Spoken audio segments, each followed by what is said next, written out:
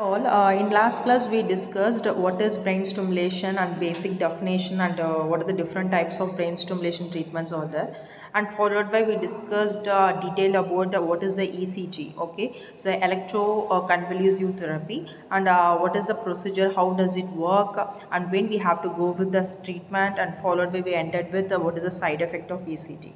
As a continuation of the last class, now we are going to discuss the next level of brain stimulation treatment, that is repetitive transcranial magnetic stimulation.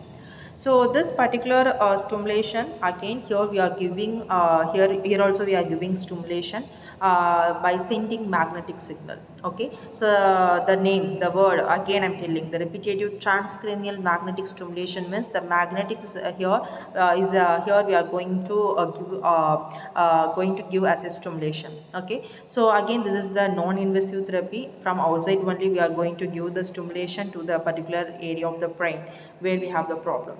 Okay, so followed by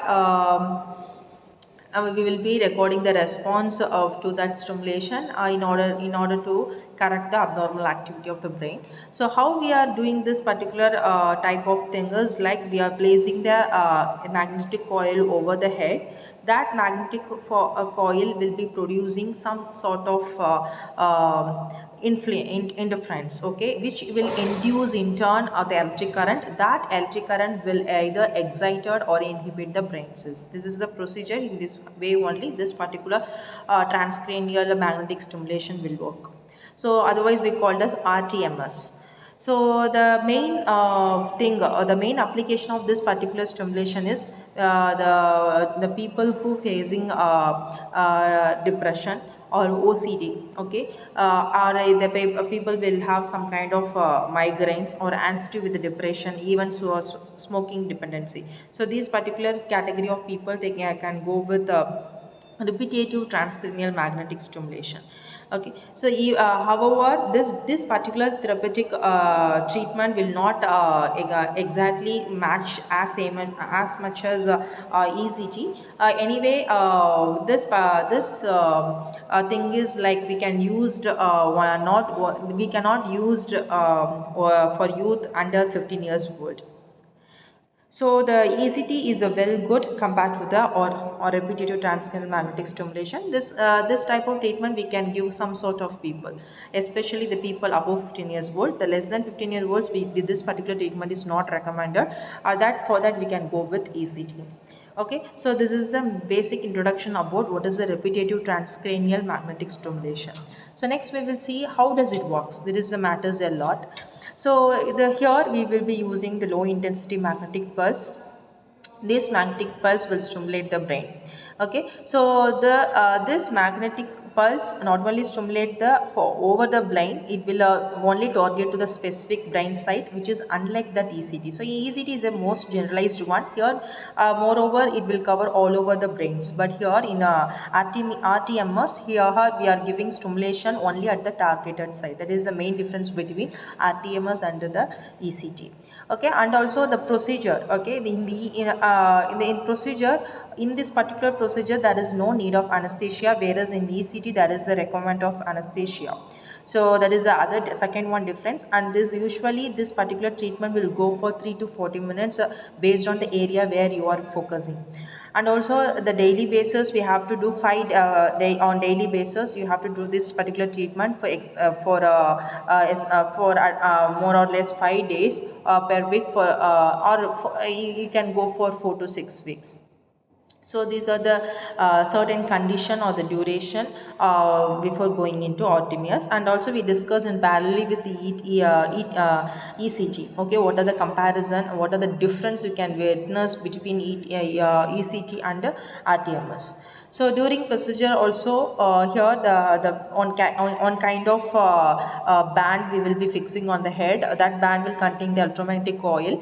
So this coil will induce the magnetic field. So it's going to control the brain part, which is being involved in your mood regulation, cognitive control, and so on. So this coil, two coils which is used to deliver more stimulation to the area, that particular area, the targeted area.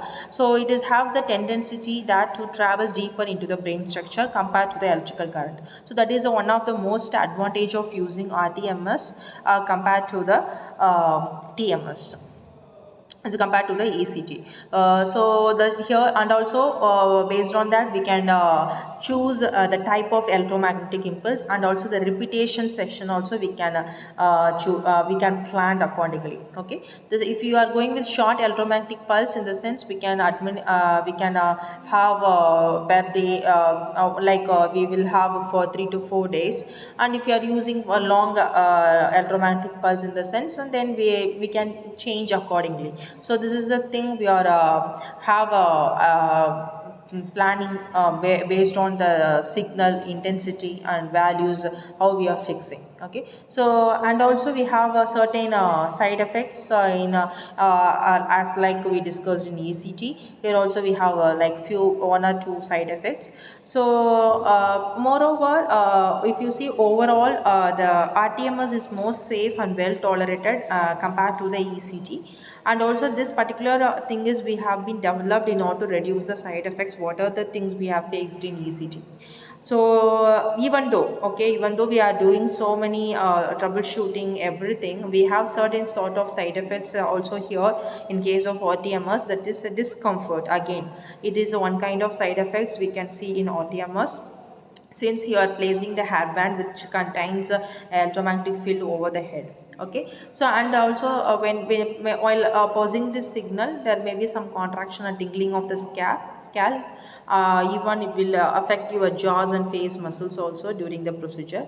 So it may be leads to some interference, or it will have some trace of influence in the recording signals, and the people will face some kind of mild headaches or brief lightheadedness, and even they have some kind of dizziness also. So these are the few set of side effects that people will face when they do rTMS.